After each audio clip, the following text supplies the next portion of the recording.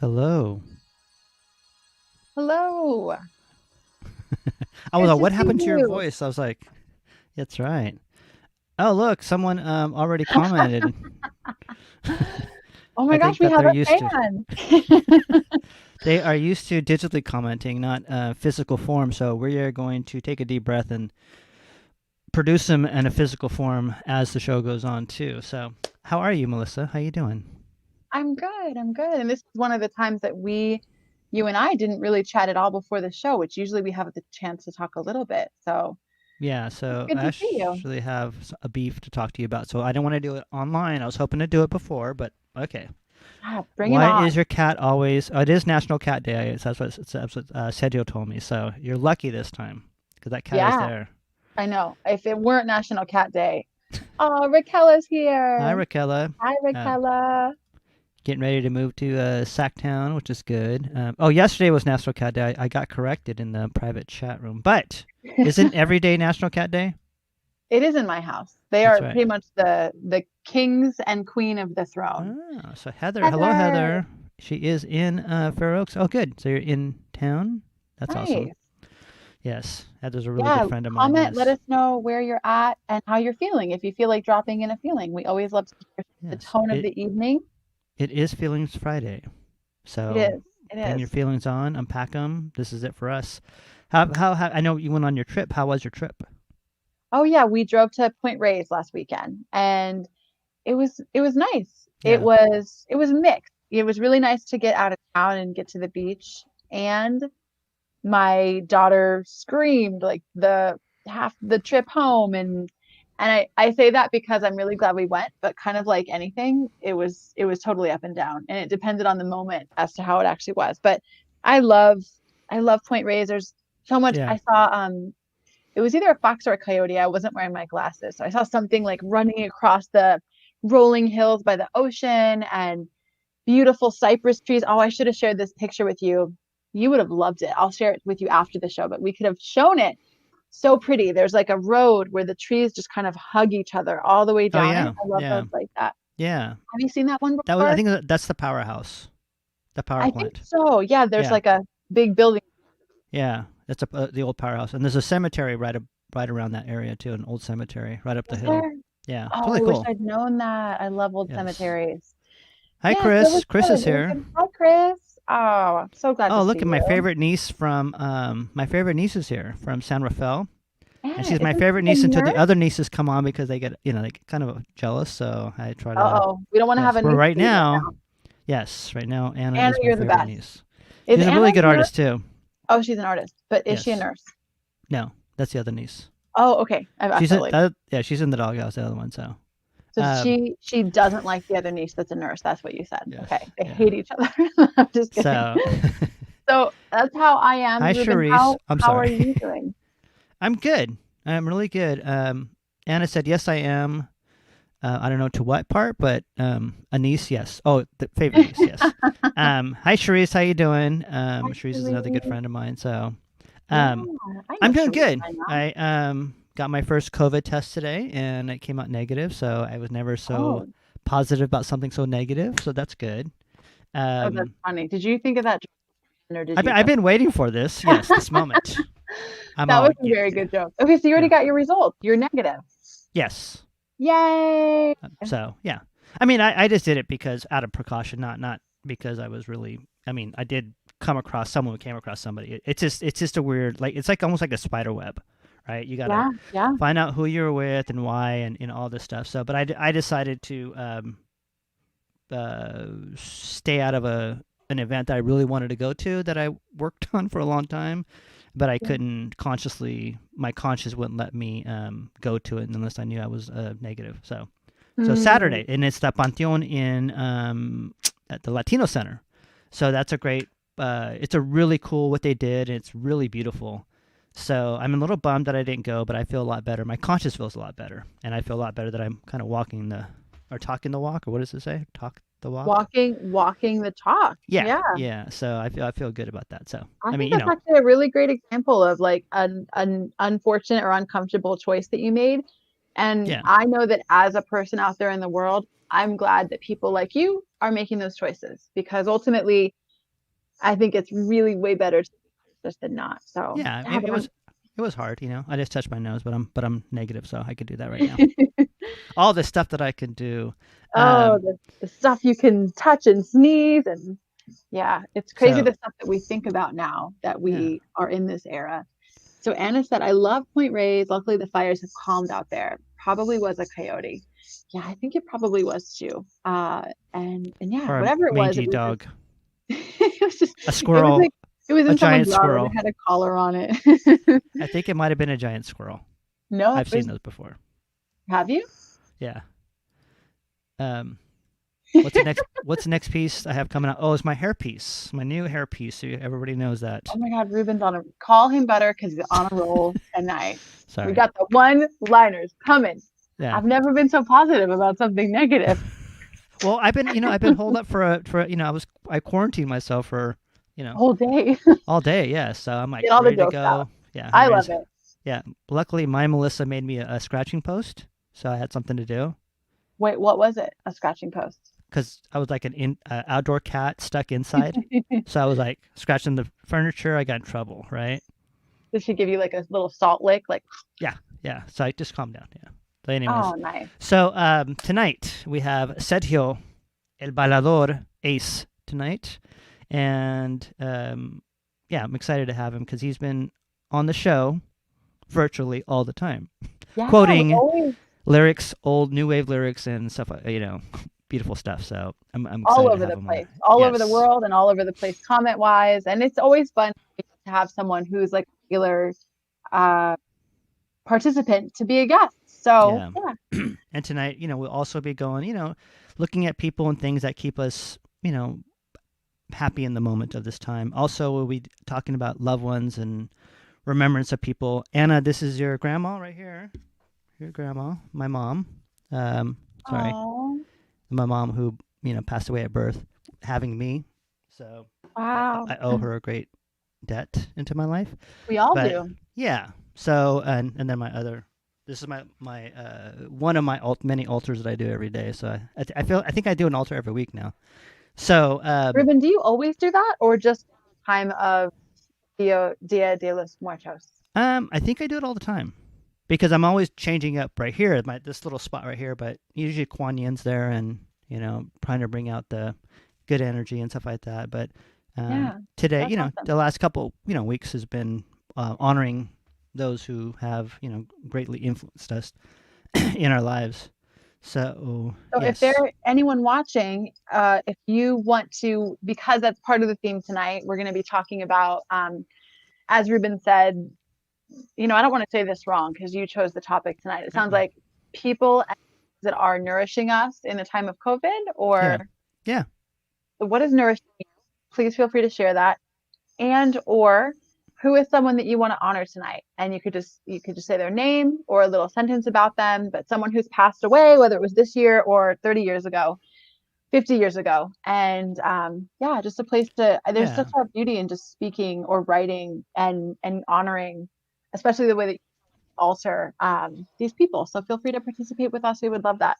Yeah, because it is, time of Dia de los Muertos, and I think I've noticed that a lot of people with all races and have been look. I belong to a Dia de los Muertos group, and it's always Americans, white Americans are always like, can I do this, or will I, culturally appropriate? I'm like, no, it's really a lot of cultures do it, but and I think people want to know what to do because they miss their loved ones. In the Western culture, we don't embrace it as much, but we're starting to, and I think that a lot to do that has to do with the Mexican influence and stuff like that too.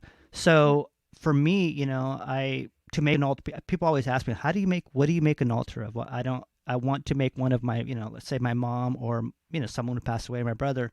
I said, I always tell my dude, well, make it with love. It's like a mandala, right? Make it with love.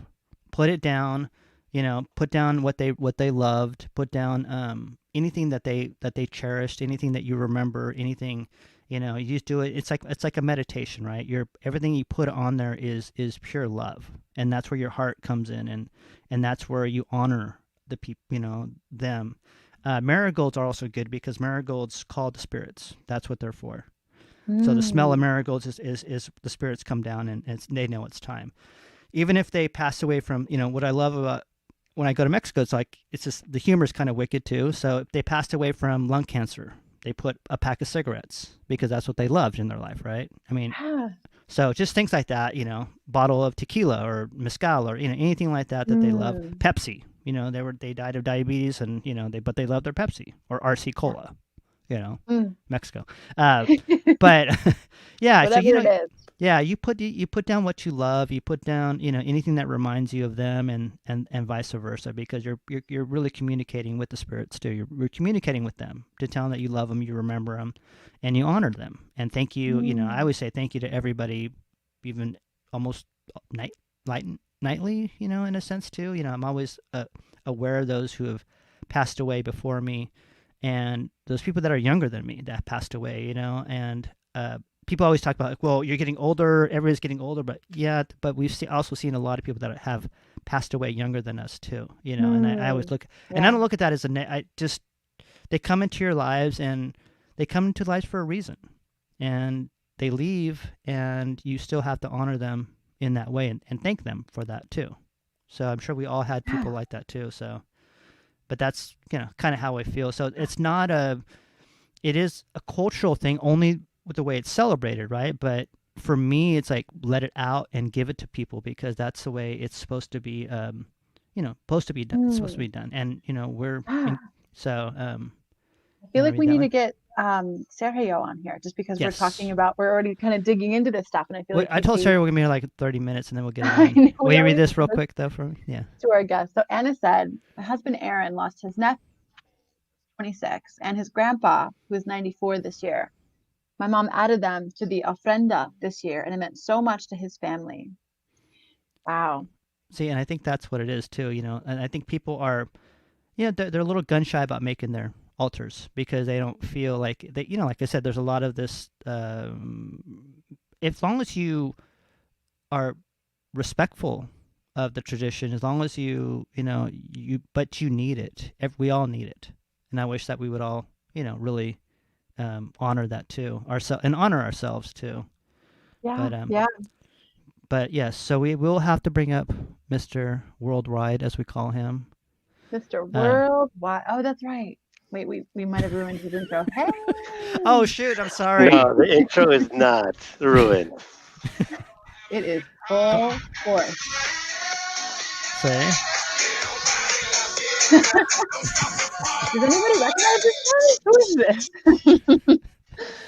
I love Believe it. it or not, that's probably the third time I did that today because I had to do a rehearsal. Then I was the chair of a conference, and this was my introduction to the welcome. So I was able to do it the third time. So the third's a charm. It was the best one, Melissa, right? Ruben, thank you for inviting me. I am forever fans of the both of you. Well, we Oh, are fans right back at you, so we can all just fawn over each other and how wonderful we are tonight. That sounds great. Yay. I felt I was given some wrong information about National Cat Day, so I'm a little bit upset. I think actually, Ruben, it's that you didn't listen correctly. I think he Probably. gave you the right information. I heard what I wanted to So hear. Melissa just demonstrated for us what an accountability buddy is. Holding someone accountable from a place of love, from a call in, not a call out place. That was very gentle and loving. I called it projection. She's projecting on me. This Ruben just throws out words and we have to make sense of it. I call it dyslexia. hippopotamus. Yeah. I love that you're using this as a teaching moment, which makes sense now that I know what you do, since that's part of what you do. I'm sure not just at work, but in life is notice and relate them in a way that can hopefully change the way we all treat each other and interpret stuff. So Yeah.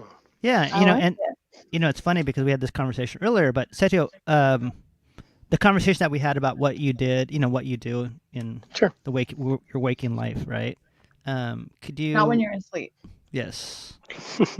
Even when I sleep, y'all. That's probably why dreaming is a whole different story. Yeah.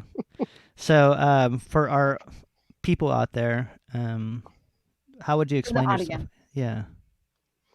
How would I explain my my life passion in terms of my career? Or? Yeah. If someone says, if you're at a party and someone's like, "Hey, what do you do?" What do you Well, I would usually mess it up by being overly intellectual, so I'm going to do that right now, right? Oh, yeah. And I'm literally quoting our keynote speaker today, Dr. Andrew Jolivet, who is the chair of ethnic studies at UC San Diego, who offered his take on Dr. Cornel West's quote. So it is kind of a hybrid of two thought leaders coming together. Cornel West is quoted for saying that justice is love in public. Justice is love in public. Now, Dr. Jolivet would say, justice is love in light and in darkness. So I think a lot of the work that I do in working with identity-based centers, so Cross-Cultural Center, Pride Center, Women and Gender Resource Center, undocumented student centers, let alone all the wonderful colleagues that I have, because I am a member for a long time of the California Council of Cultural Centers in Higher Education, CACHE, right? That we hold space for one another, like we did today, for a conference, to really kind of examine that, because we have to create it for ourselves. Sometimes that light and darkness is within us. So can we do justice for ourselves and show ourselves love in light and in darkness? Because then from there, we can then start to share it with others who are close to us, share it with our neighbors, share it within the organizations that we serve, ultimately in the interest of really transforming ideology so that it's a part of a cultural ceremony, I would say. Wow. So I get paid for that. Imagine being at a cocktail party with you and being like, "Oh, he sounds really smart. What do I say now?" So feelings. So do you like hot dogs? I do. I'm a native Chicagoan, so that's the hot dogs are definitely a thing for me. It's the staple. So someone said hi to you, by the way, real quick, from the hot tub. Yay! Yep. Oh, Stacy. I like it. Yeah, I follow her leadership because she's fierce. Definitely a fierce woman there. You'd be in good company, Melissa. We love fierce women. I love fierce women. Pro-feminist man. Absolutely. Let's do this. Ruben's a total feminist. I think everyone.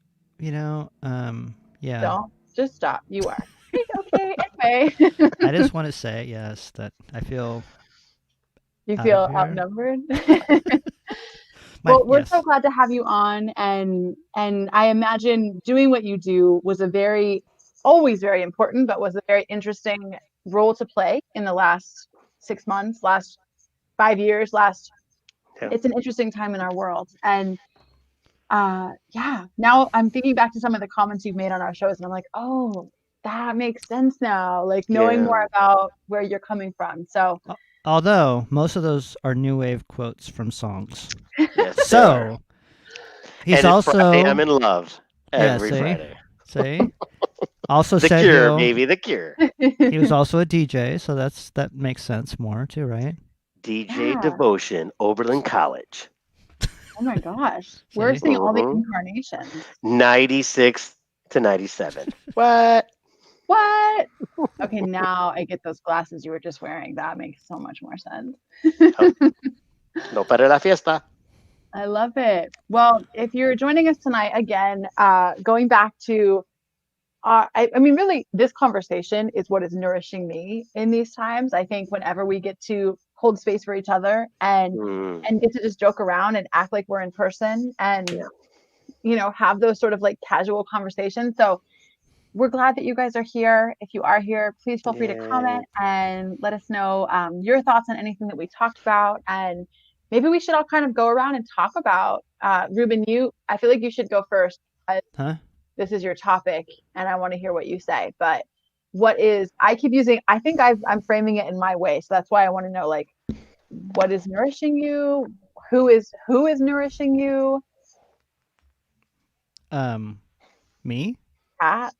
Yeah. Well, yes, and you know, I like I said, you know, we talk about everybody out there, and we would really love for you to, you know, maybe comment on who is out there that is nurturing you. Number one, because you know we need it right now, right? There's a lot of with the election coming up. There's a lot of ripple effect, and there's a lot of like fighting, and you know, I've had internal arguments with some of family members and you know, kind of like I don't want to ask them, you know, kind of deal. It's just one of those times. It's election time, so yeah, you know, we have to get to that point too. But also too, you know, it is the time of Corona, which is historic in any way. You know, one day we'll be talking about this. We'll remember when it first shut down, right? How dark it was and how scary it was and all this stuff. But in this time, you know, there is, for me, is trying to find these little things in life to make me a little more appreciative too. That we'll get through this, you know. And I'm always an optimistic, sometimes to detriment of other things too. But I really do believe we'll get through this. I think that it will be something we talk about, like I said.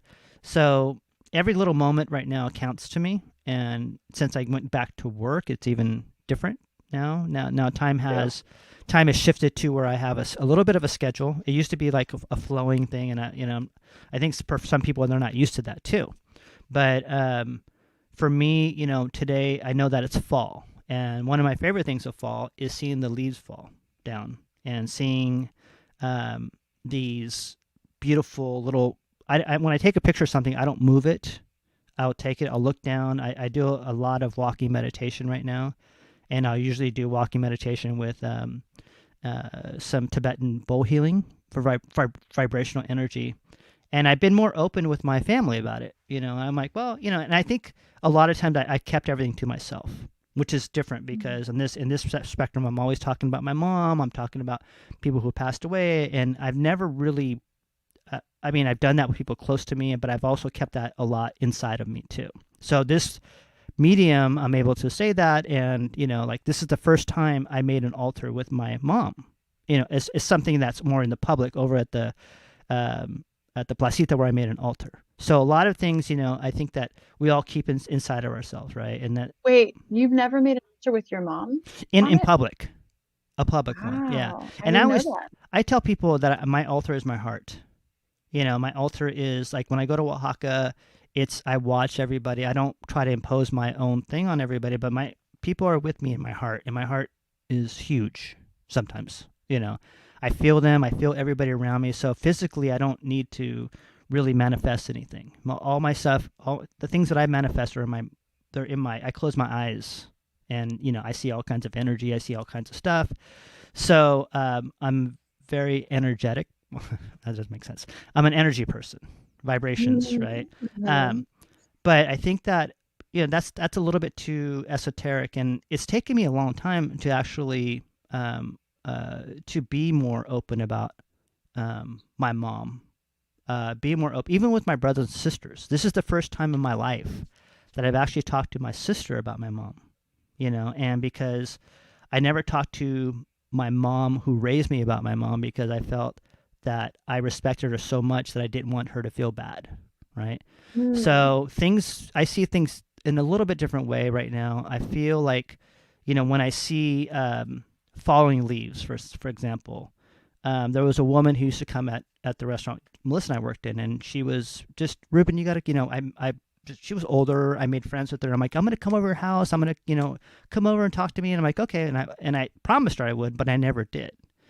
So one day, her friend came in, and I used to give her like pictures of Virgen Guadalupe and all this stuff.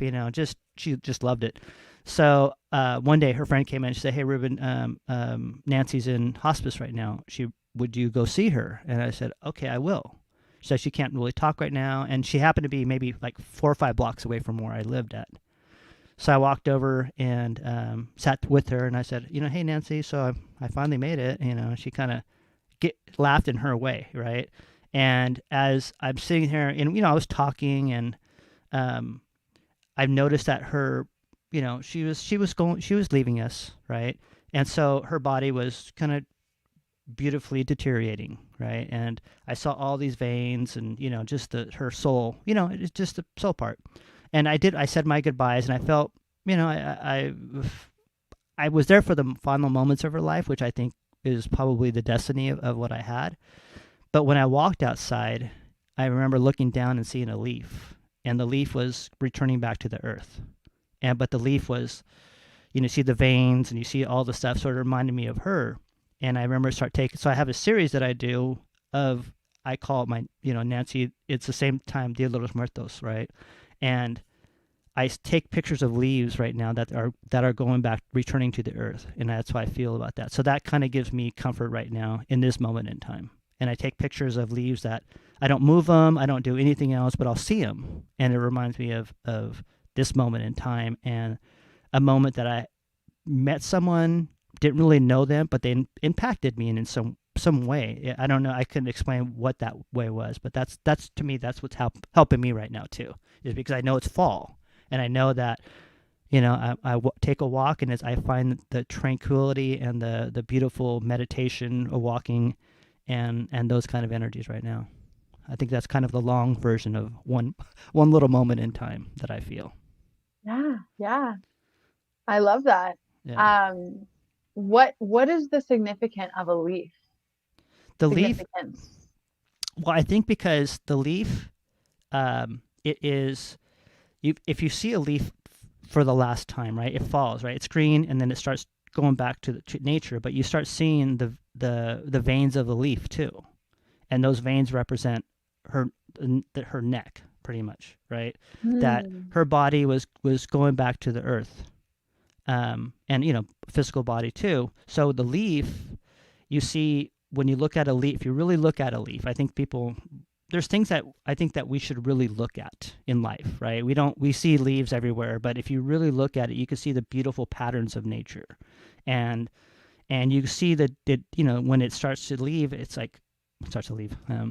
That the outer structure of it looks like veins, right? It looks like, Mm. and it's become, it's returning to earth, like it's American Indian philosophy is like returning to earth, right? To rejuvenate itself, to come back to another one. So, and that's how I feel. I see them come down. I see, they remind me of life, the cycle of life myself.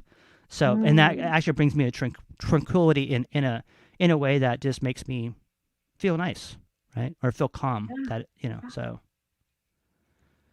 I yeah. love that. Yeah, I love that a Armando. lot. Hola, Hi, Armando. Armando. Armando's Welcome. also a really cool guy. He really does a lot for the homeless people out there, and he really does a lot of stuff. And I appreciate Armando That out is there too. amazing. Thank you for what Yeah, you do. That I love hearing that. yeah, Um, Wonderful. Well, yeah, that is really beautiful. And as you were talking, I was just there, like imagining those last moments, which many of us have seen, and the things that we can deem unbeautiful, right? Our society yeah, doesn't necessarily value aging or veins or uh, the what is the word, like the word that comes to mind is decrepit, is the word that when I think of really old, it's like that's the societal conditioning of like, oh, scary, death, no, ugh, Yeah. we should be young and beautiful and supple and like. So I love that you draw the parallel between what I hear is like that this is what's supposed to happen. This is actually really beautiful. It's not something, yeah. What do you think, Sergio? I see you're on mute. Oh wait, no, you're not. Gracias, Juan. Juan Blanco. Juan Oh, Miguel oh, you are Blanco. muted. Thank you. Oh, Juan Miguel's in the house. That's great. So I'm coming back to the question of like, what do I think about leaves or death Leaves and death. or You can, responding to the pandemic? I, you get to you talk know, about whatever I you took it all in. I'm a very circular thinker and talker myself. Yet I guess I just want to know what point we're at of your inquiry. Yeah. Well, I was just pulling you in to hear what thoughts might have come up for you, whether you want to comment on that or what if you want to just No, well, I would love to. No, I would love to because I think to me, um, the idea of fun times coming to pass, like there has to be there's a draw to fall and autumn as a season for me. Since growing up, I mean, I grew up, born and raised in Chicago, and fall was always something I looked forward to. Um, And I don't know, like I almost feel like, because summer's supposed to be like happy times, vacation, all this, like we were low income, I'm glad we got to the park. I never had a big wheel. I'm very still sad about that. It's one of those recurring We'll memories. get you one. But when I thought about the opportunity of coming into the classroom, this probably relates why I'm in education and seeing kind of like the happy times of summer coming to a point of focus, as you're looking towards, you know, uh, winter, at least in the northern hemisphere, and almost the death of things or the pause of life in many ways. Um, it was always something I felt like geared up for, right? So I know that later in my life, I came across that book, Tuesdays with Maury. Oh, I I don't know love if that y'all are book. familiar with Tuesdays with Maury, but I had acknowledged that I did not experience a death in my immediate family or close family. And when I heard of this book and someone giving testimony to it, I was like, I got to read this to get ready, you know? And I think for me, later on, we're going to talk about loved ones who've passed on, but I even feel like how that book prepared me for the death of someone that I cared deeply about, and in terms of valuing, existence for where it is, valuing memories as they persist, let alone legacies in terms of people's impact on others. You know, so to me, fall gets us like is telling us let's be ready for this. So Mm, so let alone Chicago Bears football because I'm a big fan. So I love the fall for that too. We'll bring it back to that. You Yes. know, that's a bonus. so I do think that Melissa, I think to your point that we're always trying to celebrate beauty and all these other things or youthfulness and all these other things. It does distract from us preparing from the inevitability of our mortality. And I think for me, I think that's why I am a sentimental person, and I give value to things. I give value to the friend who gave me a home today so I can have reliable internet, let alone a nice aesthetic background. Right? Thank you, Ali. I know you're out Yes. there. Um, because impermanence is real, and this is something that I think I'm coming to understand more in recent years. Um, that we have this moment. I had this invitation.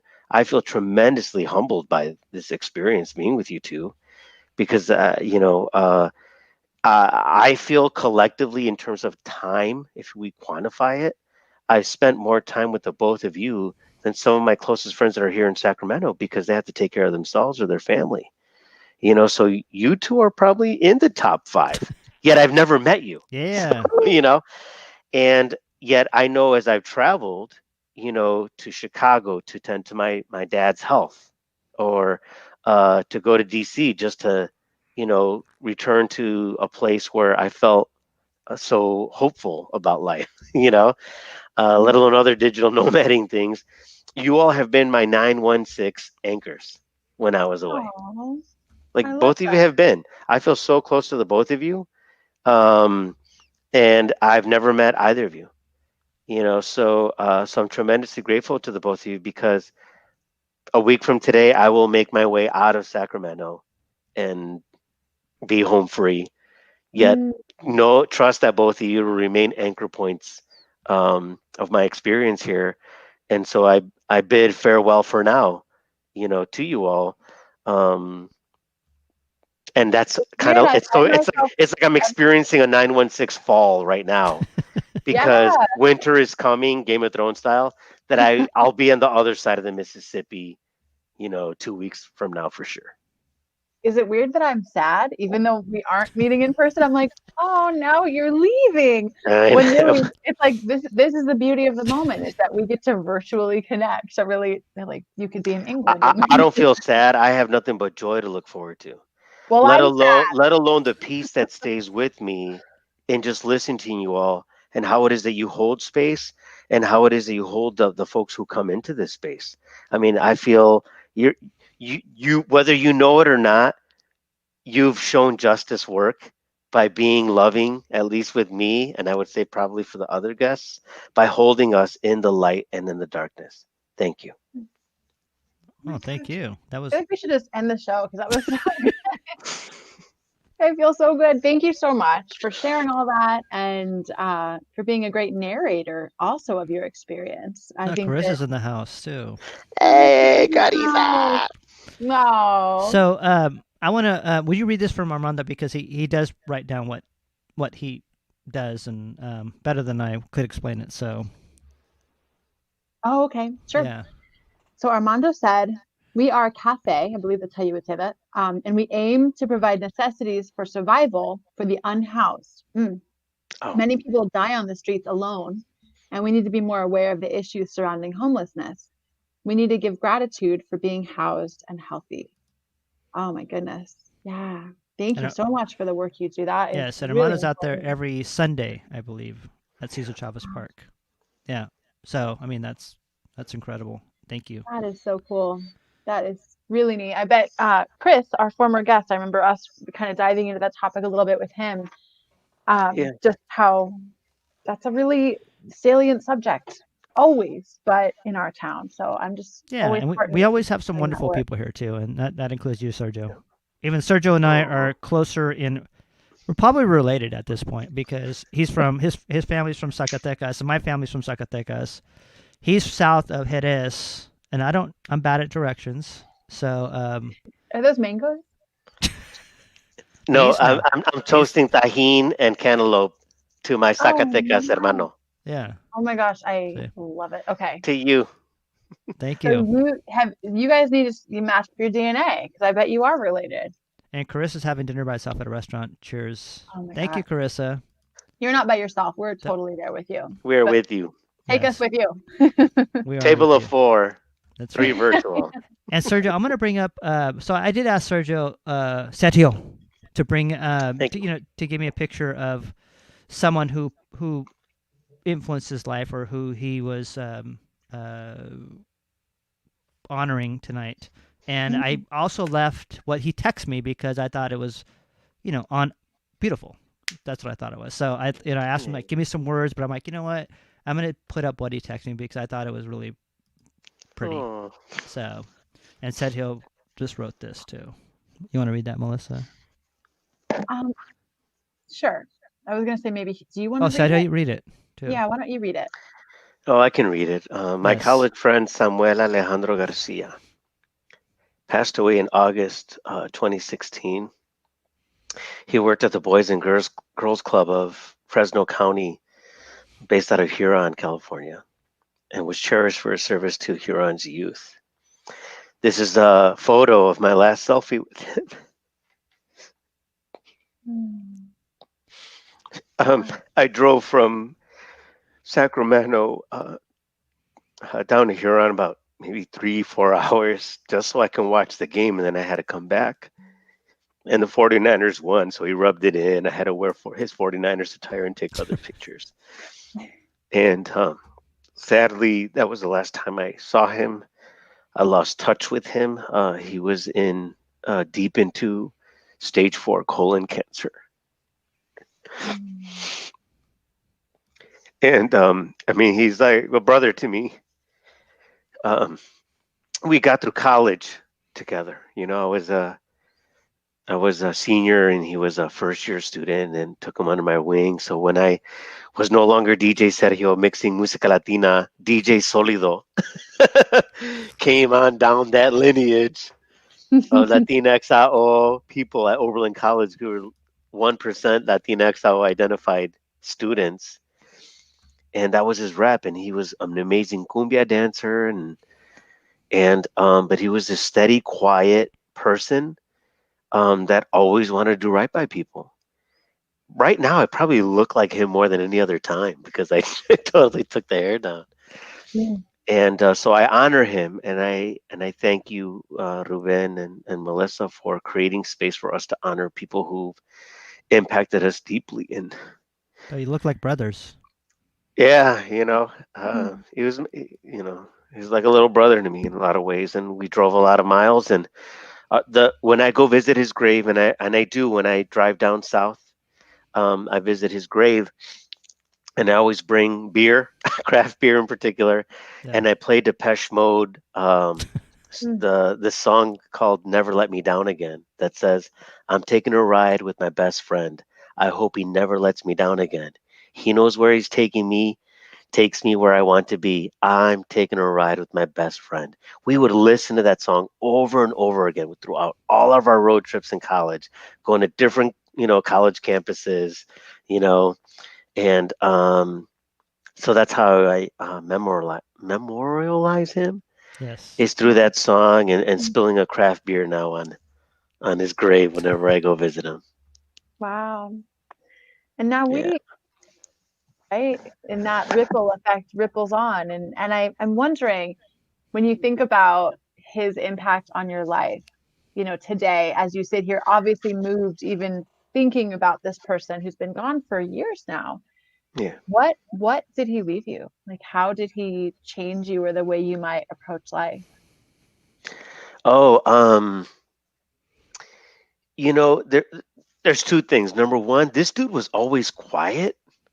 Like, he just was the chillest person. Like, you can be doing anything, and it's like, where the fuck is Sam? Like, I'm right here, bro. It's like, like, that's the way he was. Like, he was just, you never had to worry about like having to accommodate him, because he just let me be me, and then he can just be him. So there's that. And I think it's just his service. Like, I mean, and I don't know, like, I can ever parallel the type of service that he did, because I saw it was evident, the day that he was buried. I saw a group of young, mostly Latin, or young men. It had to be about 6 to 8 of them huddled together, sobbing together and holding that. In a machista, toxic, masculine, Mexican culture, you know, to see this group of young men doing that, I know he had an impact on them to disrupt that toxicity, to really embrace that when you feel sad and your heart lets you know the message that you lost something, or you're anticipating the loss, because I do feel sad about leaving Sacramento area. I hope I come back. I want to, You're coming back. but I may not. I don't know. Life has Oh, its you twists and are. turns, right? Uh, But can I anticipate potentially that loss? Well, it's because this is Martin Luther King's kind of quote. He came more from a place of anger, but he said, um, "Never, there's no great disappointment where there's no great love." Now, he Mm. said that in his reference to the Declaration of Independence and our Constitution, and saying, if it promised all men to be equal, why aren't we doing that? Right? So he's angry and disappointed, yet he loves the Constitution, or he loved the Declaration. I forget who says it, which document says it. But I think that's how it informs my politics, because I'm very politically engaged. So when we experience disappointment in life, maybe there's people we don't want to have go away from our lives. Ruben, my mother experienced a very similar thing where her mother passed away soon after her birth.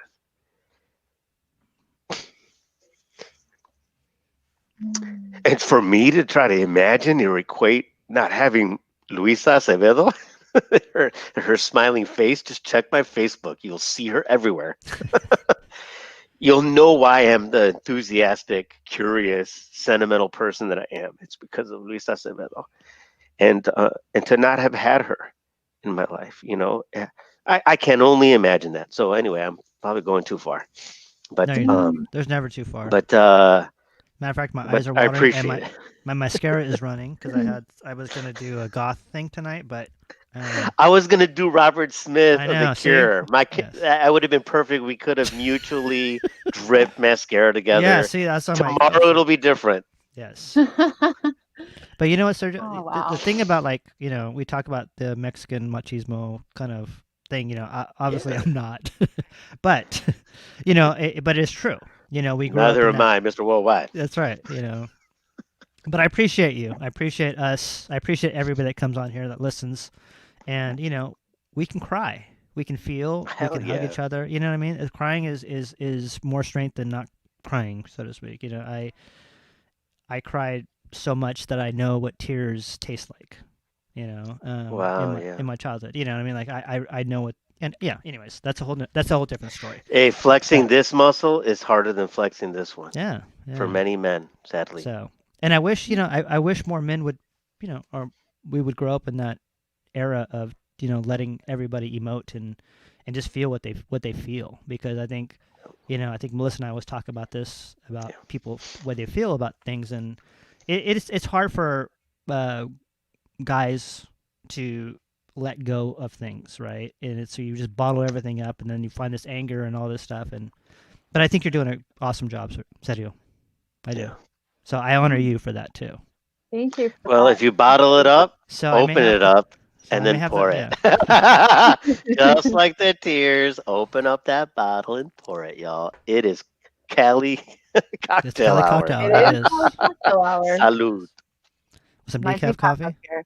Well, thank you so much for sharing, about your friends and even just in the way you communicated that story, being vulnerable, allowing yourself to be emotional. And then, as you talked about those guys at his funeral that were just huddled and sobbing. Yes. And I thought, for an instant, and now they're out there living lives, maybe raising families and doing jobs and touching other people, because maybe they're willing to be vulnerable and they're willing to teach their kids, their little boys, it's okay to cry. And that to me is the beauty of, I don't know, I always just think of it as ripples.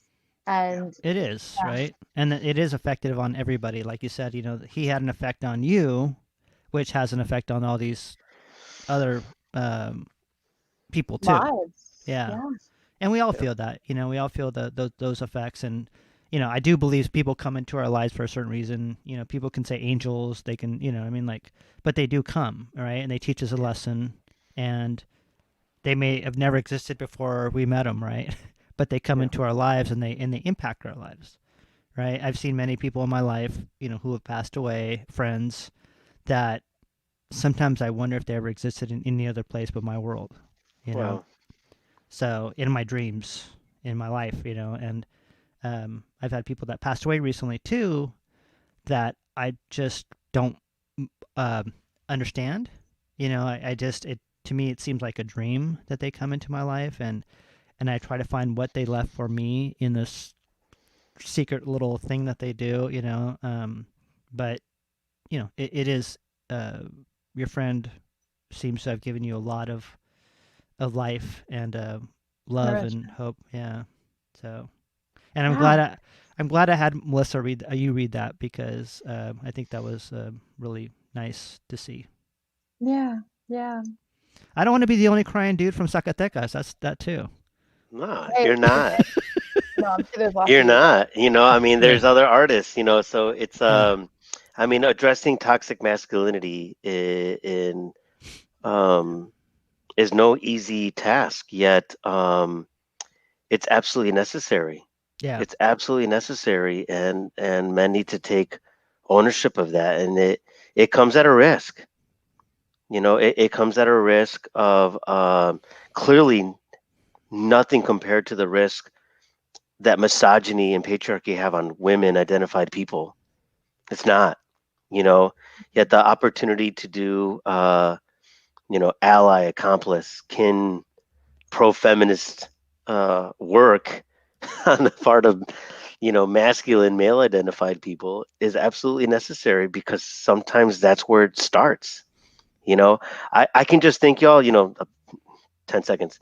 Had I not left college, Is the had I producer not here? left Chicago, right, I'm all. Let's for wrap it up. for Oberlin, and actually started to really miss my family and had to do all these things, would I have the caring and loving relationship that I have with my parents and my siblings, let alone that I have with my nieces and nephews? I'm very loving with them. I let them know. Even my nephew was on with me earlier, because I let him know I'm going to be there in about 2.5 weeks, mijo. It's 2,000 miles. If we drive 200 miles a day, how long is that going to take? And he's 10 years old. He's like, Can you just tell me when you're coming? 10. I was like, so what do we drive 400 miles a day? 5. I was like, good job. But for me, it's like I have to do my best to model healthy masculinity, because we got to be conscious. There's toxic femininity too. You know, not every woman identified person is willing to be a funky chicken. This has You know, everything to do with my I mean, femininity. not everyone, right? So I mean, I guess I just want to kind of acknowledge that I feel a tremendous sense of personal responsibility to do that both, and that, yeah, I can do this today as Mr. Worldwide, Yeah. but all you got to do the Thursday after every academic year at Sierra College, we do what's called Sierra College Does Drag, and I perform as Selena. And trust me, I am not, my doppelganger is Selena. I can beady beady bomb bomb with the best of Anything for Talina. Yeah. anything for Salinas, especially with a little extra tajin. Yeah, there you go. See? There's an awesome podcast starting called Anything for Salinas, and it's going to be about like framing the impact on Chicano and American culture from her entry into, not into the United States, because obviously she was from the US, but Yeah. anyway, it looks fascinating. And yeah, well, that was a fun little pirouette into all of the reasons that, yeah, feminism does not exist in a vacuum. And the patriarchy definitely, in our country, yeah, we got to smash it, right? See, you're on Yeah. mute, but we're smashing it. And that completely involves men. It's funny, last night I was down this rabbit hole of this t-shirt company, and what they do is they have like a woman and a man sitting next to each other in t-shirts, and the woman will say, her t-shirt says guitarist, and then the man says male guitarist, and the woman will say engineer, and then the man says male engineer. And it's just a very satirical like platform to be like, oh, like, why are we the lady Spartans, but Spartans are just automatically men? It's like, it just makes us think about the way things are framed in our culture. But anyway, we're turning from that. And thank you No. so much for sharing about your friends, and that's part of the impact that this person had on you, on other people. And yeah. Did you want to say something, Ruben? Yeah, I feel like yeah. Hippopotamus. Well, Exit to the right. I gotta National go. Cat Day. It is National Cat Day. Remember that. Yesterday. You know what Monday, today whatever. actually also is? Today is National Text Your Ex Day. It's a thing. I'm getting all these texts. No, I'm just kidding. All right. Girl, I've Why? never seen you in a Why? chicken outfit, but you look Why great. so and so reaching back tonight? What? Okay, so that's like free, it's like a get out of jail free card. Is that like because it's text your ex day, you can just? It can just come from a place of grace of just saying hello, Oh, or screw grace. just saying you wish somebody well. Yeah, what if you're blocked? What if you At block that them? point, you probably should not cross those boundaries, because you see, What healthy if there's a masculinity restraining order? respects boundaries, right? It does. So does Huh. a self-respecting person. That's right. All right, Ruben, what do you want to do? I see you clapping your hands. That means we're No. done. I just got a text from Oaxaca because I'm usually there at the time, so I'm just excited to They still remember me over there. I'm still loved over there in Oaxaca, so I made a big in every way. See, I made a big community out there. So we're gonna go to a song, and then we'll come back, and we want to talk to Melissa because Melissa has a book coming out, and also in honoring our people, we'll be honoring her mother and the book that she wrote. I think it's a beautiful book, and I really do appreciate Melissa and what she brings to us all the time. Thank you. Yeah. So we'll go back and for Serjio, there's gonna be some new wave dancers coming, so it's gonna be a little bit different. So let's go to a song. You and we'll never come know back. what Ruben's gonna bring. Oh, wait, I just do remember you dance in one place. Say we'll come back, and we'll be back. Cali Cocktail Hour. Thank you for coming out, and we'll be back with you in a second. Serjio dance.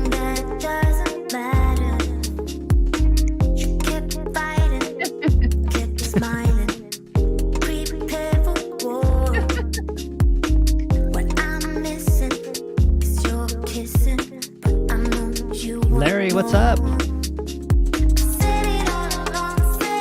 I'm offended, Larry. You didn't say hi to me too. Hi, That's right.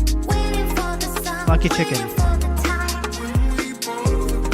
This is 86, 87. I love it. This is my style right here. Do what you want to do. Say what you want to say. I'll be right here. I'll wait, you know I'll wait. Clapping. There you go. That's Melissa right there. How'd you get this good to me, Ruben? Hi. Melissa, look. Hi, Melissa. You got a special one. Oh my gosh, Larry's here. P.J. Larry, the flower vato. He's only saying hi to me. I love you, Larry. Hola, Raúl from Oaxaca. That's so. Raúl tiene pues, a great mezcal.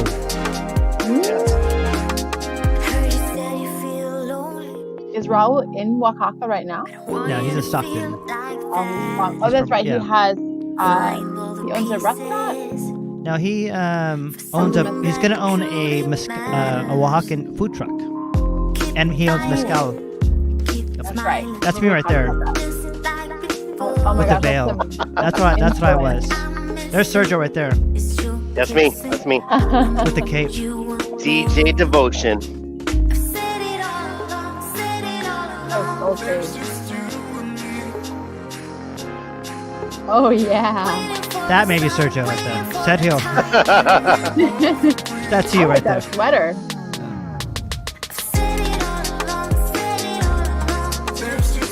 We love you, Raquela. Hi, Raquela. Gracias, Raquela. Mucho amor. Hella love. And Raquela's daughter does a great God set from London. She's living in London right now, so watch that one. Oh, he's coloring. So relaxing. This is the breakdown right here. Do what you want. Do what you want. Say what you want to say. Say what you want to say. I'll be right here. I'll be right here. I'll wait, you know I'll wait. I wonder what all these people are doing tonight. Watching Where us. are they? They're like, remember my dancing days? That's me right there. Oh, that's the coolest. That's from Melissa right there with the headband, of Melissa. course.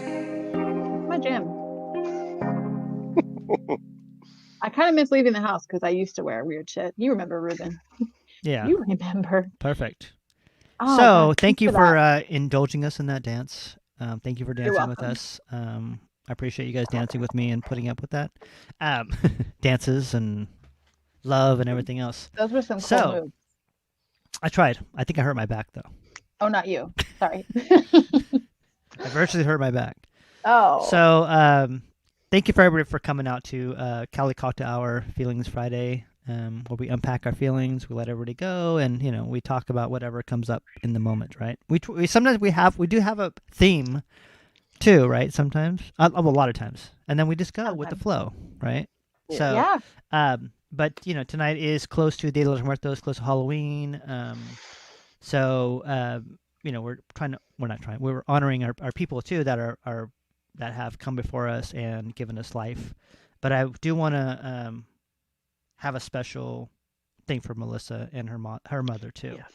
And her book, Mm. we talked about your book and what you're writing about. And I think it's a beautiful, really beautiful thing to write about. And honestly, I wish I would have had the book to talk to my mom that came and took me away with her. Not my birth mother, because that would be weird. Um, but Well, yeah. yeah. So, yeah. Well, sorry, I didn't mean to cut you off. Yeah. But I wanted to share a little story about this book before we share the book, because it Yes. actually wasn't the book I was going to write. I Mm. originally have been in this sort of composting period in my life where I haven't been out as much as I've been in. So I've been reading a lot and creating, but not so much sharing. It's more oh, it's my cat. Sorry, I keep hearing this weird noise in this room. It's always the cat. But I always think, I wonder how many people were murdered. I used to listen to a lot of true crime because they were like, oh, that's just the cat. That's just the cat I'm hearing. I'm just going to go back to sleep. I remember specifically one of the Golden State Killer's victims earlier in the night. He'd been in her yard and she heard noises and she'd had a guy over. He was like, what is that? And she was like, oh, it's just the cats. And then she was murdered later. Anyway, this is a turn from that story into this A book. segue. This would be So- like playing some goth metal and into some really soft new wave music. So it's a little bit of a train wreck, right? You know what? That's the vibe of the show. It's all over the place, right? Sergio's like, yes, I know that segue. You're like, everybody stares at you. You're like, okay. Boom, done. Okay. The awkwardness is my middle name. So, okay. That's so the hat. I decided I wanted to write a book, and I decided I was going to write a book that had. Most of you guys know I'm a life coach. I have a business. I have a podcast. I help people to essentially like free themselves from limiting beliefs, which is super vague, but it ends up being like unlearning. It has everything to do with talk about the patriarchy when we don't realize that we all have these agreements that we've just agreed to, like youth is better. I need to be young and beautiful. I don't deserve to make money. So I help people kind of identify this stuff. And ultimately what it is kind of getting to their own higher self, like finding their own truth, finding their voice, finding the truth in the middle of the noise of the world and the noise of influences we've had growing up and all that stuff. So I was like, oh, I'm going to write a book about that. I'm going to write a book that's like how to find your inner guide, because that's basically what I'm always helping people with. And then as I was writing it, it just felt like very blah, like this is not fun. This is, I write about this stuff all the time. So I have tons of content, but I just felt nothing. And I know enough about writing at this point to realize that if I feel nothing, usually other people feel nothing too, because I'm the first one that has to be moved by whatever it is I'm creating. And I'm sure you guys can probably relate to that, whatever it is you create. If you're kind of doing it out of like for me, it was like, well, this makes a business sense, but I don't want to write about this right now. And my mom, most people who know me know that I lost my mom, that she had a huge impact on me in the 29 years I got her, which was, I feel lucky to have had her that long, but it wasn't long enough. It never is. And she, sometimes I'm lucky in this sense. I dream about her sometimes a lot, like it so much that it feels like I just saw her often. And I'm in one of those phases where she's like with me every day in my dreams, every night. It's like very normal, very kind of neat in like the casualness of it. Because I think if you dream about someone that's dead, in some ways it would be like sad, or you'd be like, oh my God, I miss you so much. But it's like she's just sitting next to me in the car. Or I'm bringing this up because I've just been feeling my mom a ton more lately. And I always think, gosh, I wish I would have asked her this, like this question. Or I wonder what, like when I had my daughter, I wish I could ask her, I could have asked her about like, what was childbirth like for you? Because there's a big correlation between mothers and daughters and like how long their labor is and how long they carry. And it's like, I didn't have any of these answers. And I just wish I would have asked her so much stuff. And there's never enough Like, I did talk to my mom a lot. I asked her a shit ton. We talked for 29 years. It wasn't enough. But still, this idea of like, I have too many friends with living parents that I feel like don't recognize just how, just like I didn't, until your parent is gone, the impact it'll have, and the regrets that can come with like what you about. Even friends that, in this particular political moment, this is pretty common since our parents are mostly boomers, very different politically, lots of disagreement, not a lot of like closeness in terms of like shared ideology, but it's your mom or it's your dad. And I'm just always like shouting, like, just ask them questions, ask them about their parents, ask them about, their childhood, ask them like, what are your favorite books? What do you want me to read? And anyway, so that's my little intro for the book that I created. Is I was like, what are the questions that I wish I could have asked my mom? I'm going to write them all down. So there's like 100 and something questions, and I made it for mothers and daughters, but I really wrestled with this because I wanted it to feel inclusive, and I needed it to feel truthful to my story. And I was just like writing from my mother-daughter relationship. I didn't have a dad. One day I'll make a very more general, like, parents and children, right? Or I don't know, maybe not dads, because I mentioned I didn't have a dad. That being said, like, this was the book that wanted to be written. So I really do feel like it was sort of with my mom's help too. So, and can I ask you a question too? Because I've been not studying, but I've been looking at the picture with your mom. I'm going to bring it up right now too, but can you tell us about the moment of the picture with your mom too? Yeah. Okay. So that is my mom and I at high school graduation. I can't tell you I actually remember that, but I remember, and this is sort of like maybe encapsulates why I wrote the book, that I can't tell you a lot of conversations or even moments that I remember. Of course, as an adult, I have more, but I remember feeling loved and feeling safe and feeling just this enveloped in like security. And so anyway, yeah, I don't remember my preschool graduation, but this picture always meant a lot to me too, because my mom didn't get to come to my actual graduation since I didn't go back to college until I was almost 28. So she didn't get to see me graduate, and I felt her with me so much as I walked on that journey. And so finding this picture, which I found towards the end of that college journey, for me was like just very meaningful. And yeah, my mom was just, in a lot of ways, like, I'm like, oh, I didn't have a dad, but I had the most incredible mother I think a person can have in terms of support and encouragement, and like almost pumping me up ridiculous amount of self-esteem. Even though, of course, I still became a drug addict and my life did not go like swimmingly in a lot of ways, she was just always so sure of my capability. I've written a lot about, like, she believed so strongly in me and how smart I was and capable, and you can do anything you want. And there is like this part of me that exists only because I had this adult that just like, oh, no questions asked, you can do whatever you want in life. I just was so lucky in that extent. So it's I'm excited to bring the book to the world. It'll hopefully, I'm getting the proof in the next week. I just finished the cover today. I just had it designed.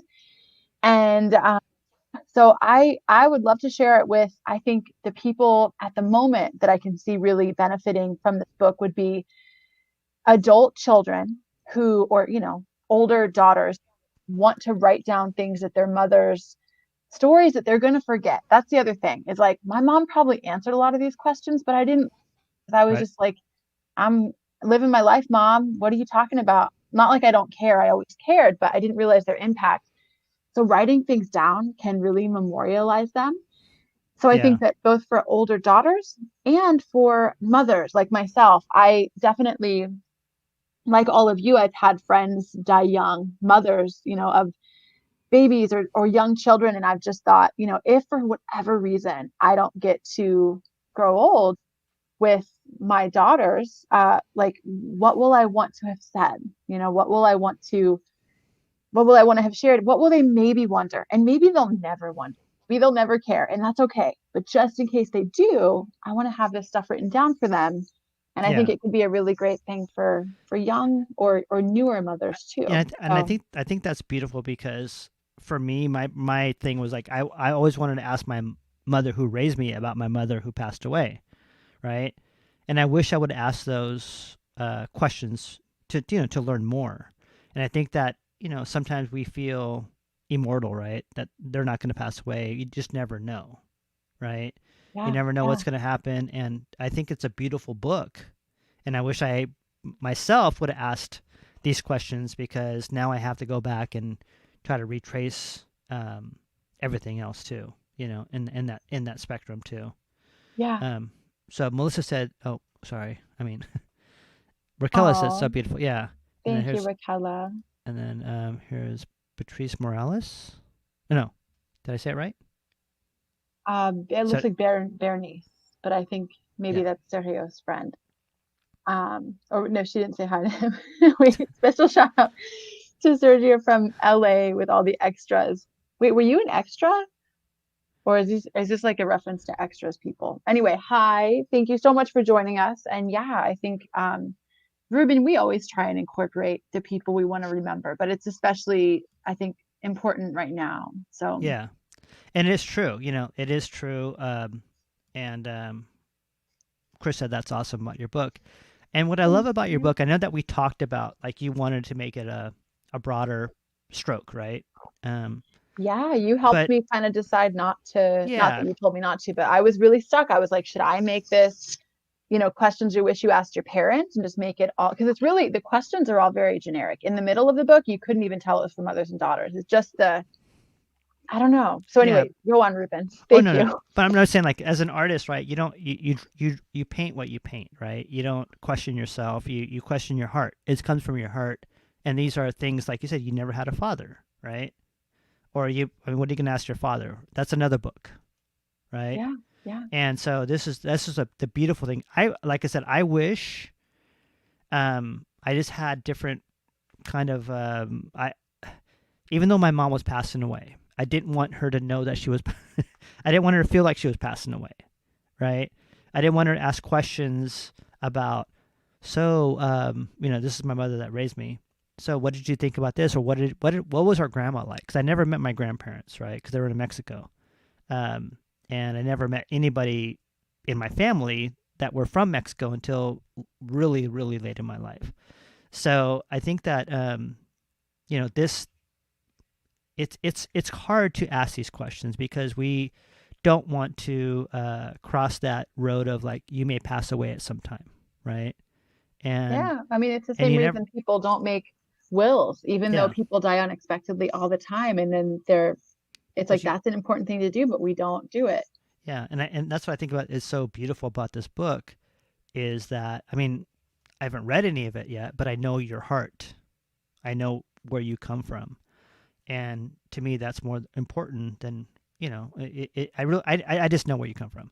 So I think it's just a beautiful thing that you wrote. That's basically Well, my thank yeah, you. yeah. I so appreciate it. And if anybody wants to be kept to date on the book, just send me your email through Messenger and I will let you know when it's actually available, because that's the other thing is it really does feel like as cheesy as this is, it's like I want everyone to have it. I want everyone to ask the mother figure in their life or leave these questions for someone else. Obviously, this won't feel relatable to everyone, but I don't know. Even as you say, like, I wish I'd asked these questions. It's like that's sort of where this was born from. I wish I had too. And Yeah, so instead, I'm going to make sure everyone else does, at least as many people as I can get to realize just how valuable it is. yeah, So because it's a hard threshold to pass, right? It's a hard threshold, like say, they won't be with us forever, but it'd be good to know, like some of the stuff, what we could do. And Sergio, what sign is she flashing, by the way? On see your hands.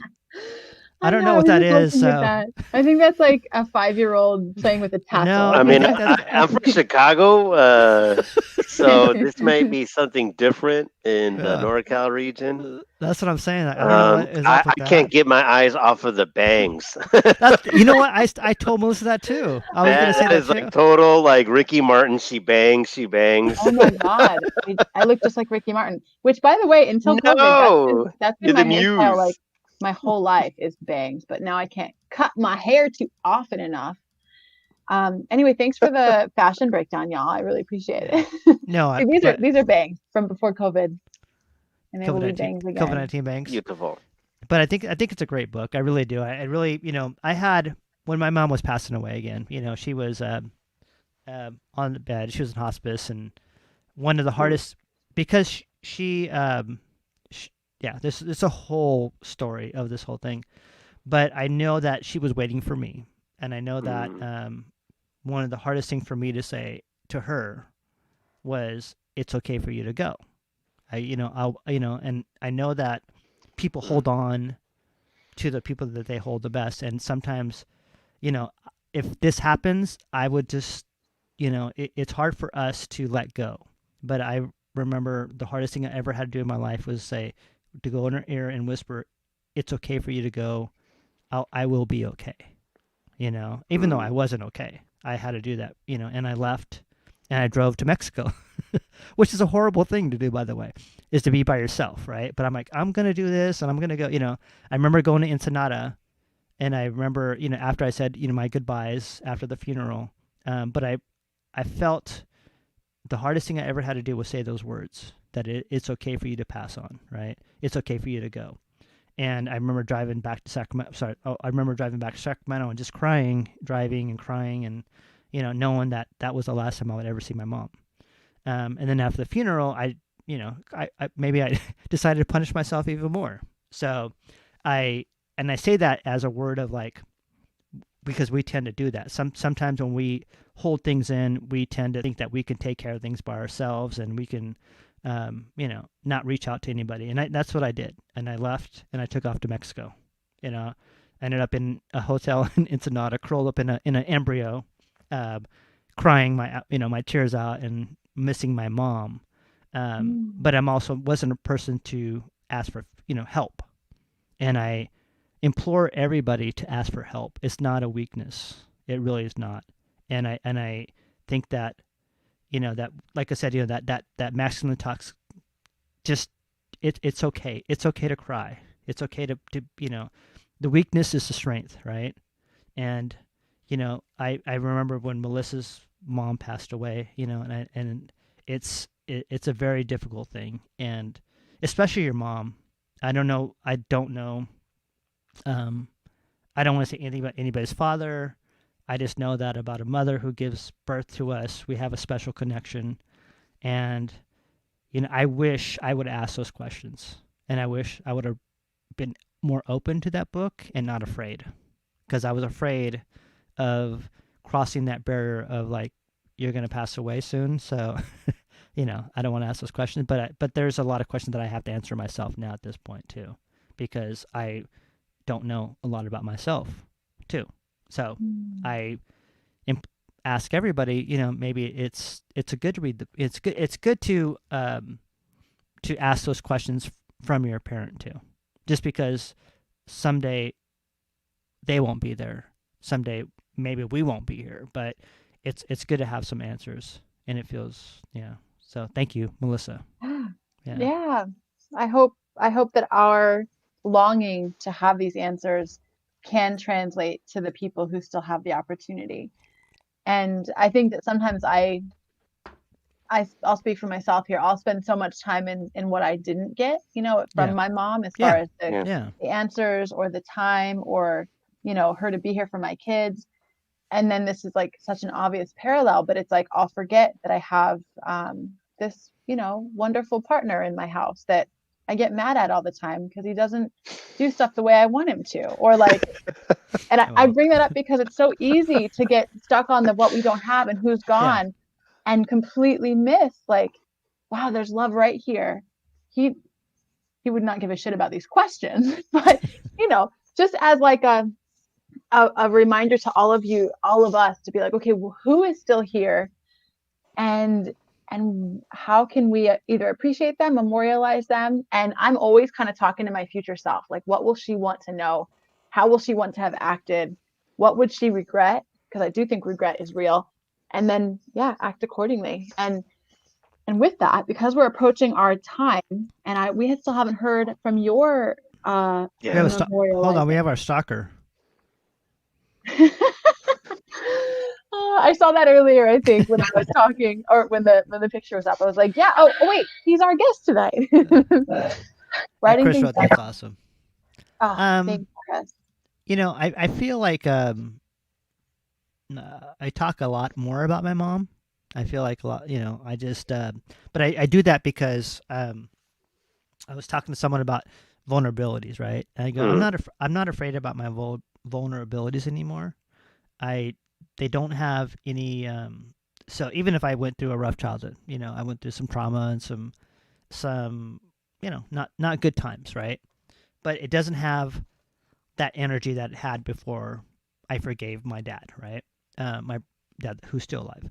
But the thing too is also that I would not trade my experiences that I had for anything else, because if I did, then I wouldn't be the person that I am today, right? I would deny my own existence in that way, So I did have to go through some trauma, some stuff. I did have to, that's why I probably was seeking out more Eastern philosophies and energy work and all this stuff that we're talking about. There is some, positivity in the negativity of this world that we, as a child, we suffer, right? Wow. But in that moment, and the moment of like my mom passed away when I was born, right? And the thing is, even though I would not wish this upon anybody else, even though this happened to me, she died when I was 4 days old. My mom, who is my aunt, came and took me away, my angel, right? And I had a bigger impact on her than I realized. And this goes within what we call epigenetics, right? And in Mexico, they're not necessarily, and I would do this respectfully, it's not necessarily women get married early, like 14, 15 years old, right? And especially where we're from in Zacatecas, right? So I'm learning all this stuff. My mom at 15. Yeah, right. And I'm learning all this stuff about women, and and for me, I voted I voted for all women, right? Because I believe in my heart that the world needs, like, okay, this is gonna be blunt, but fuck male energy, right? I believe the world needs to be healed by women energy, right? And I believe that has to happen. That whether it's, especially in politics, we have to have that energy, because our moms and our that kind of energy is a loving energy. It's different from the male energy, and I do respect the male energy, I really do, but I think that the feminine energy is needed in this world, especially nowadays with the earth and what's happening with earth. Climate change and all this stuff has to do with female energy, and you would go back to the indigenous thought of female energy, and that male energy has taken over, so we need to balance it out, right? So but I also believe that is the carrier from the mother and the womb and the birth. So and I do respect my father, that raised me, at some of them, but I also respect the women that made me who I am, because I was raised by women. So if I was a wolf, yes, if I was a wolf, I would be raised by a female. Viva la mujer. So, yeah, and that energy. So that's why I always project that in myself. So yeah, I want y'all to know, like, I completely hear that, and at the same time, I got to hold two truths in tension. That when I think about the Supreme Court confirmation of Amy Barrett, like I'm like, I identify, this is going to go worldwide. Yes. I identify as an agnostically secular Catholic. Like, I am all three of those things. Like, I don't know if there's a God out there. I definitely don't want God in the government. Yet I still seek out a lot of my spiritual fulfillment through Catholic practices. So it's all a gobbledygook, you know, But you're right. of stuff, right? And so I do want to say very openly that we can't just be so we got to still maintain a level of scrutiny, you know. I Basically, trust and like, don't just respect. vote for women because they're Yeah, women. Yeah, no, Yeah. no, for exactly. sure. No, You no, no, know, for sure. Yeah, yeah. and so I don't know. I think I just want to invite that because right now, No, I think you're perfect. as a pro feminist identified man, Yeah, I have to recognize the tremendous policy risks that are at stake right now, that will remove women's sense of autonomy for their bodies. yes. You know, and sometimes the patriarchy will set up, you know, um, feminine female uh, persons Oh yeah, to go to forward. You know, uphold. to uphold that oppressive system. So so I'm sure you don't mean that, but to me No, no, there no. still needs But to be said no, it does because need it does need to be yeah, said. You know, it because really the does. both and exists. Because I've And seen people like, mhm. you know, you said you wanted a independent woman, and now you have one, and you're like, no, that's not an independent woman. You know what I mean? Like, especially the new Supreme Court justice. Like, yeah, Ruth game, that what she did and what she trailblazed and all this stuff. It Yeah. doesn't match up with with that too. So for me, I'm talking about female American, Mexican Indian Native Okay. energy. You know what I Thank mean? you. Like that kind of like not thought, right? Yeah, we're More of the definitely holding. yeah. We're operating in the gray of. Yeah. And I. but you're right. You're totally right. And I'm glad that you said that because I don't want to be like, well, she's a woman, so I voted for her, right? Just like I wouldn't say like he's Mexican, so I'm going to vote for him because there's some guys that are pro-Trump Mexican supporters. I'm like, well, how can you be Mexican and support a guy who can't even say I've been anything reading a about? lot about that. That he has Yeah, a lot of Latin men in but his but but it voting. but it's not that. It's not just Latin men. It's men, right? And it's men of all colors and all races. And like, oh, but it's actually that man energy, right? It's that male energy that it's not just like, because I seen the things about Latino voters, I seen about black men voters too. I'm like, well, it looks like it's really men. So it doesn't really matter like white, what color you are or what race you are. It's actually the male that's attracted to that kind of weird Trump energy, you know. And I think if I can comment, I think what I start to see, and especially when it plays into people's political, opinions, perspective, and so forth. I come from a place of seeking interdependence in my relationships. So whether that's work, whether that's my roommate, you know, whether that is with my brother because we're going to do a reverse Route 66 trip, in a couple of weeks, there's a level of interdependence and compromise and concession that we're doing together. And I think when I start to see the way politics is polarized, it really boils down to me to domination and power, right? And so let alone those who want the power or those who want to relinquish their power. It's from a place of who knows what. So this is where I think about like the confusing for me support of many women, female identified people in supporting a misogynist like Donald Trump, um, may come from a place I don't know, and surely I will never know women's lived experience, never. Yet could that come from a place of wanting to relinquish dominance to a male figure? you know and so I think those are the types of things that I think I start to examine, as I think about what informs people's relationships, because people's relationships, you can see how people will vote by how they are with their roommate or with their life partner, or Oh let my God. alone, current partner. If it's reciprocal, if it is one that is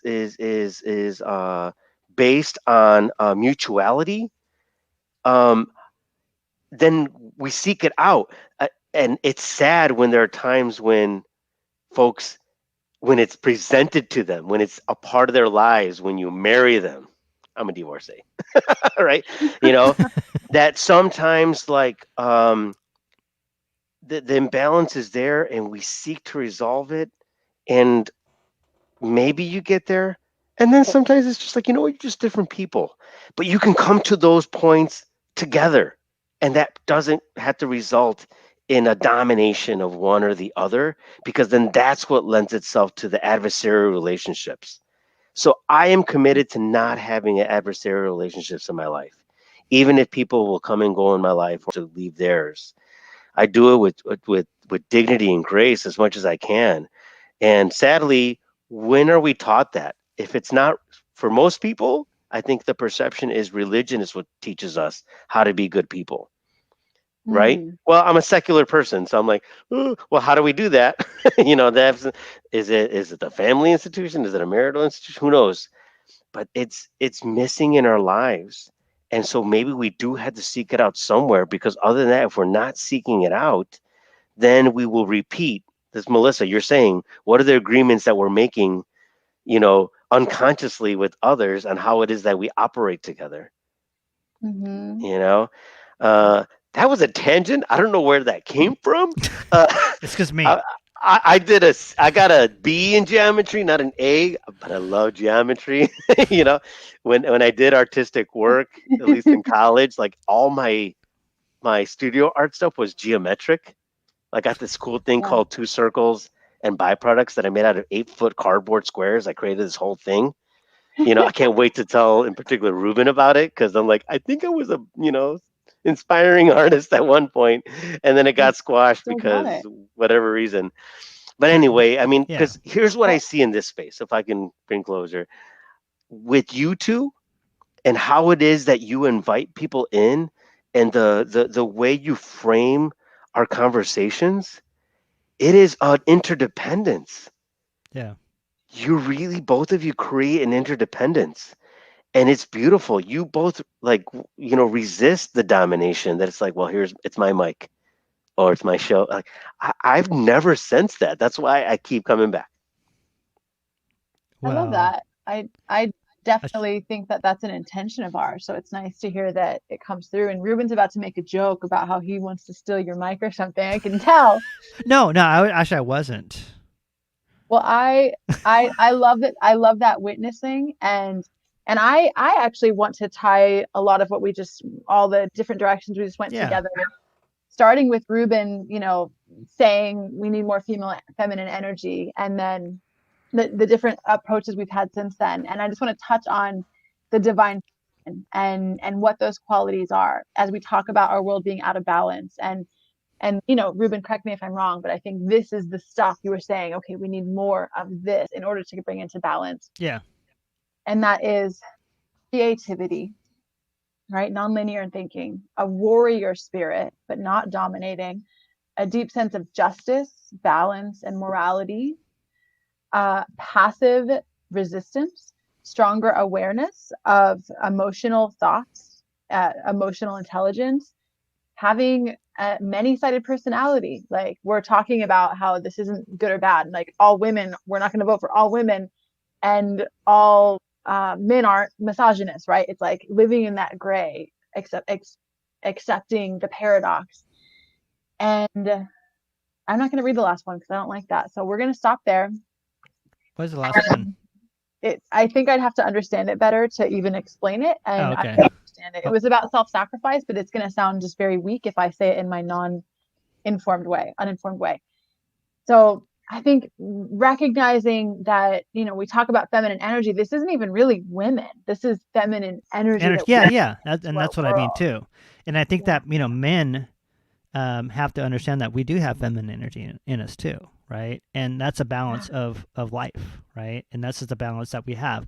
And I say that because, I was more, as in Buddhist teaching, you want to go the middle of the road, right? That's the whole thing, right? You suffer, you find a way to, anyways, you want to go the middle of the road. You don't want to extreme to either side, right? Yeah. But the last 4 years had made me go to the more extreme side, right? Oh yeah.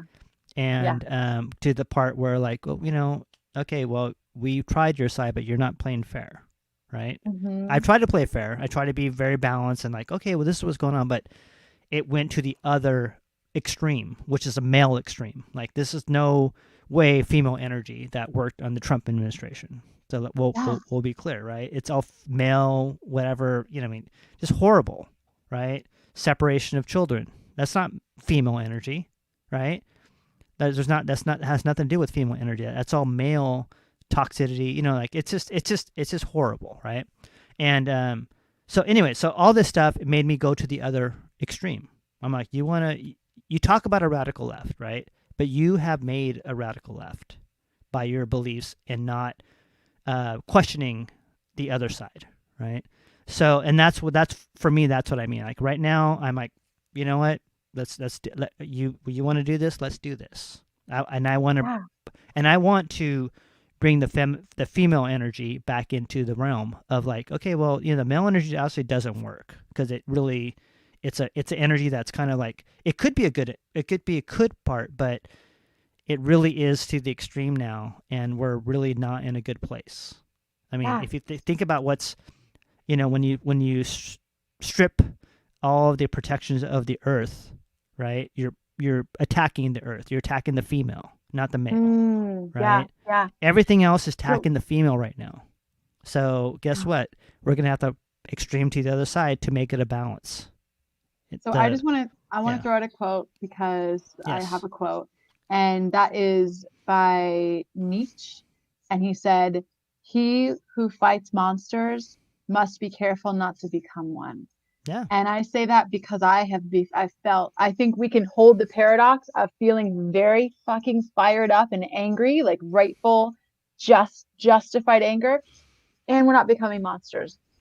And with that, we're past time, and I want to respect our guest time, and also I gotta go pretty soon. So I just wanted to bring the show to, I actually didn't eat dinner, and I'm starving like you would Don't believe. eat chicken sandwiches. Actually, that's what my hubby made is vegan chicken. I don't eat meat, but it's like a chicken curry that I used to love. So you can totally get creative being a vegan. But with that, Ruben, I just wanted to make sure, coming back to when I tried to like give you your intro for your memorial, it seemed like you went a different direction. But if you wanted to share that picture of your birth mother, I wasn't sure if you were gonna share that with us. Oh, did I? Please Okay, do. sorry. Yeah. So this is my mother that birthed me. I became from, right? Can you share? And my mother, my angel that raised me from, and my father who raised me from after that.